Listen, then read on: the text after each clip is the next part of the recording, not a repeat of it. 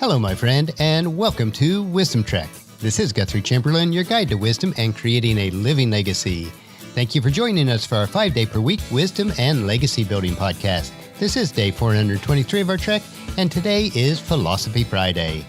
Every Friday, we'll ponder some of the basic truths and mysteries of life and how they can impact us in creating our living legacy.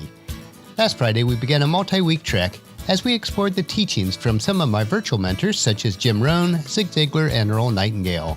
As mentioned last week, the core of this trek is based primarily on Jim Rohn's book called The 5 Major Pieces to the Life Puzzle. I have learned a considerable amount from reading and rereading this book on my own trek of life, and I trust that you'll benefit from it also. Keeping with the continuity of Wisdom Trek, I will be adapting it to the 5 Trails on Life's Trek. We are broadcasting from our studios at Home 2 in Charlotte, North Carolina. After working on-site with one of our Marietta clients on Wednesday, we headed south again for just a few days. Paula's mom has a doctor's appointment, and one of our nephews is getting married on Saturday in Atlanta, Georgia. On Monday, which is Labor Day in the United States, we will head back to the big house for about a week before returning to Charlotte again.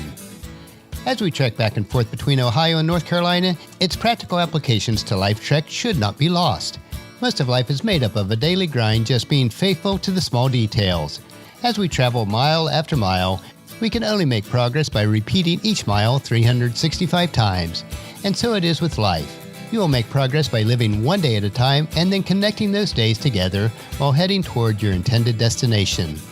On our trek for today, we will take what we learned last Friday and begin on the first of 5 trails on Life's Trek, which is the Philosophy Trail. So let's break camp and head out on our first trail of this extended trek as we cover the 5 trails of Life's Trek. And this one will be Philosophy Part 1. Last week we invested time in camp preparing for hiking the 5 trails on Life's Trek, and those 5 trails are philosophy, attitude, activity, results, and lifestyles. Although all of these trails are important, philosophy is a foundation or primary trail from which all other 4 trails branch from. Your philosophy can also be described as your worldview or paradigm from where your thought process originates. One major factor in determining how life turns out is the way that you choose to think. What you think about is a choice that you make every day. Everything that goes inside your mind in the form of thoughts, ideas, and information forms your personal philosophy. Your philosophy then begins to influence your habits and behaviors, and this is where it all begins. Since we are on the trail of philosophy, let us examine how your personal philosophy is formed. Your personal philosophy comes from what you know and from the process on how you came to know all that you currently do know. Throughout your life, you receive input from multiple sources. What you know has come from school, friends, associates, media influences, your home, and other places where you invest time. It also comes from the books that you're reading or listening to, and it comes from listening and observing throughout all aspects of your life. The sources of your knowledge and information that have contributed to your formation of your current philosophy is virtually unlimited. As an adult, all the new information that comes our way is examined through the filter of your personal philosophy. Those concepts that seem to agree with the conclusions you've already reached are added to your storehouse of knowledge and serve to reinforce your current thinking. Those ideas that seem to contradict your beliefs are usually quickly rejected. You are constantly in the process of checking your pre-existing beliefs for accuracy and confirmation in light of the new information that you take in. As you blend the new with the old, the result is either strengthening of your past beliefs or the broadening of your current philosophy in light of the new and valuable information about life and people. The same beliefs that form your personal philosophy also determine your value system. As a Christ follower, for me, this is strongly influenced by the truths and teaching of the Bible, which I believe to be God's Word. Your beliefs led you to make certain decisions about what is valuable to you as a person. Each day you choose to do whatever you think is valuable. If you decide to start your day at 5 o'clock each morning in order to take advantage of the opportunities that will enable you to provide for your family with more of the good things in life, then what are you really doing? You are doing what your philosophy has taught you is valuable. Conversely, if you choose to sleep until noon, you are doing what you consider to be valuable. But the result of these 2 different philosophies, from the decisions that you make about what is valuable, will be drastically different. We all have our own ideas about the things that will affect our life based on the information that we've gathered over the years. Each of us has a personal view about government, education, the economy, religion, our employer, and a host of other issues. What you think about these issues add up to your emerging philosophy or worldview and causes you to reach certain conclusions about life and how it operates. These conclusions then lead you to specific value judgments, which determine how you will act on any given day and any given circumstance. You have made and will continue to make decisions based on what you think is valuable.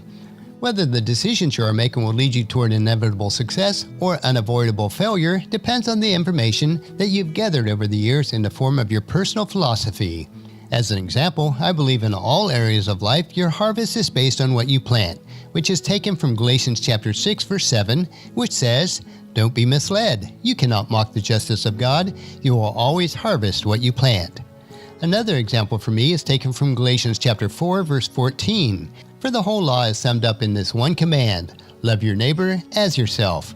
Based on this verse, if I do not love myself properly, then I am incapable of loving others properly. Consider this analogy. Your personal philosophy is like setting of a sail on a boat.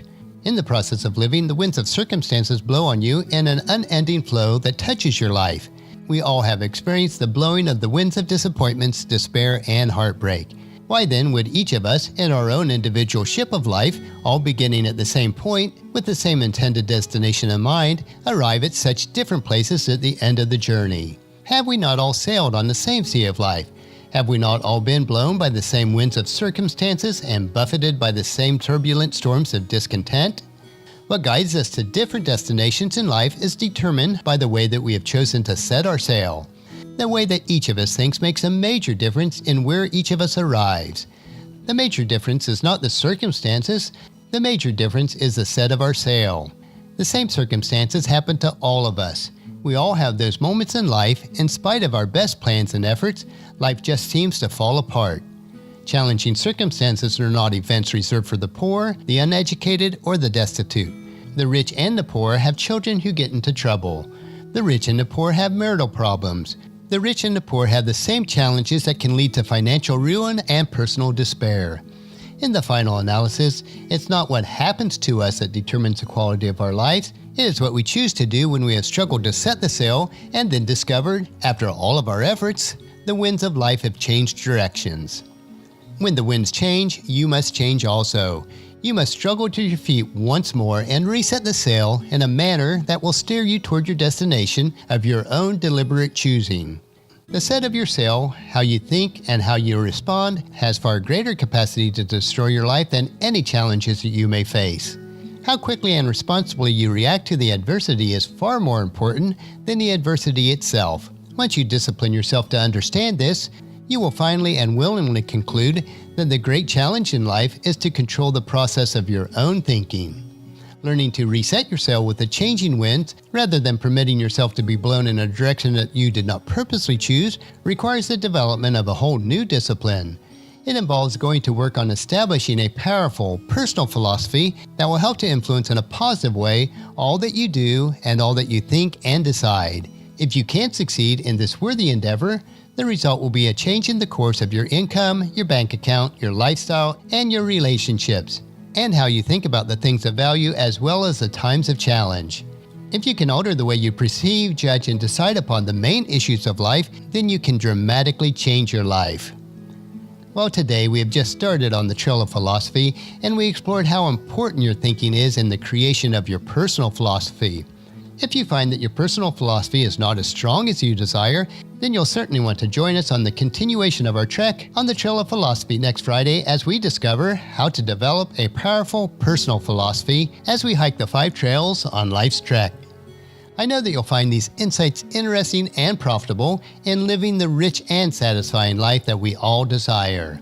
Our next trek, though, will be Motivation Monday, where we will explore the trails on how to get and stay motivated to bring value to your world.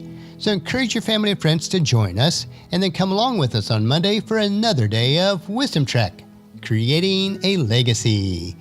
That will finish our trek for today. Just as you enjoy these daily doses of wisdom, we ask you to help us to grow Wisdom Trek by sharing it with your family and friends through email, Facebook, Twitter, or in person when you meet with them, and invite them to come along with us each day. If you'd like to listen to any of the past daily treks, they are available at wisdom-trek.com. And don't forget to subscribe to Wisdom Trek so that each day's trek will be downloaded to you automatically. I would also appreciate it if you have the time that you would rate and review us on iTunes or Google Play so that others will find out about Wisdom Trek and join us. The journal for today's trek is available at wisdom-trek.com, and thank you so much for allowing me to be your guide, your mentor, but most importantly, I am your friend as I serve you through the Wisdom Trek podcast and journal each day. And as we take this trek of life together, let us always live abundantly, love unconditionally, listen intentionally, learn continuously, led to others generously, lead with integrity, and leave a living legacy each day. This is Guthrie Chamberlain reminding you to keep moving forward, enjoy your journey, and then create a great day every day. See you on Monday.